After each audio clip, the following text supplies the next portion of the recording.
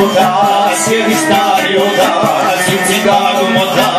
Ispod stare puške u padu kraj plota, sjedi stari otac i cigaru mota.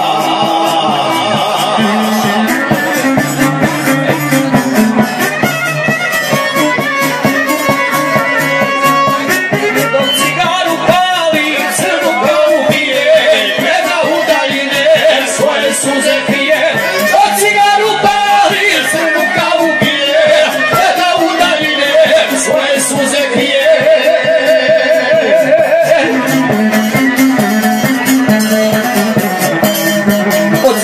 Za sina Željku, od Marka i pozdrav za sve goste, otiša prvo.